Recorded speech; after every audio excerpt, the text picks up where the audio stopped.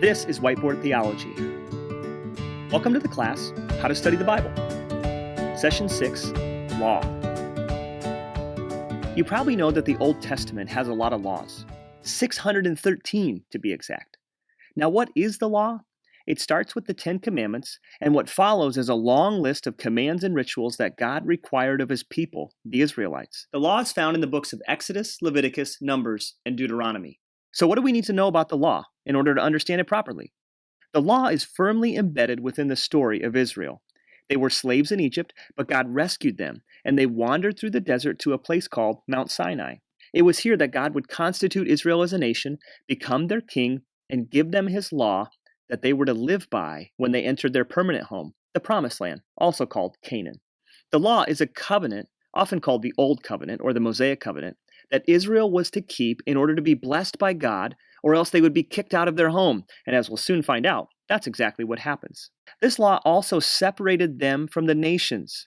There are some odd laws, to be sure, but every law is designed to show that Israel belonged to the one true God, and not the thousands of other false gods and goddesses around them.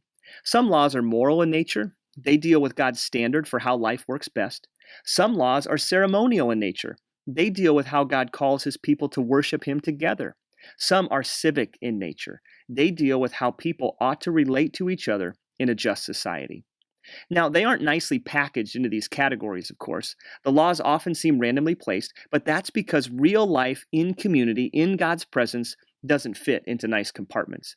On the whole, the law shows us what being God's chosen people should look like.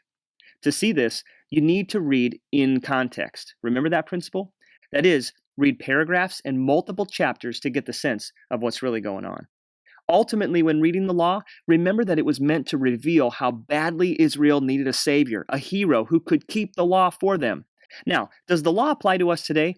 I'm glad you asked. We'll talk about this more in the videos about how to apply the Bible, but for now, remember this. The New Testament tells us that Christ has completely fulfilled the law. So the entire law, as you read it in the Old Testament, is not applicable to Christians. Instead, we must see and understand and apply God's law as people who are part of a new covenant.